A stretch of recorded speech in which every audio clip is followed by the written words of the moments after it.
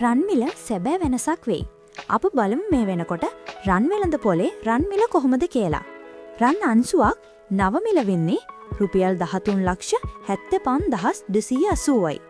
සතියකට පෙර පැරණි මිල වුණේ රුපියල් 13,25,677යි. කැරට් 24 ග්‍රෑම් එකක් නව මිල වෙන්නේ රුපියල් 48,520යි. සතියකට පෙර පැරණි මිල වුණේ රුපියල් 46,770යි. කැරට් 24 ග්‍රෑම් 8ක්, ඒ කියන්නේ පවුමක් නව මිල වෙන්නේ රුපියල් 3,68,100යි. පැරණි මිල වුණේ රුපියල් 3,74,100යි. කැරට් 22 ග්‍රෑම් එකක් නව මිල වෙන්නේ රුපියල් 44,480යි. සතියකට පෙර පැරණි මිල වුණේ රුපියල් 42,880යි.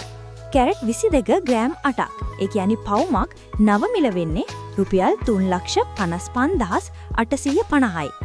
සතියකට පෙර පැරණි මිල වුණේ රුපියල් 3,43,000යි. කැරට් 28 ග්‍රෑම් එකක් නව මිල වෙන්නේ රුපියල් 42,460යි. සතියකට පෙර පැරණි මිල වුණේ රුපියල් 40,930යි. කැරට් 21 ග්‍රෑම් 8ක්, ඒ කියන්නේ පවුමක් නව මිල වෙන්නේ රුපියල් 3,39,650යි. සතියකට පෙර පැරණි මිල වුණේ රුපියල් 3,27,400යි. කැරට් 18 ග්‍රෑම් එකක් නව මිල වෙන්නේ රුපියල් 35,501යි. සතියකට පෙර පැරණි මිල වුණේ රුපියල් 30,218යි.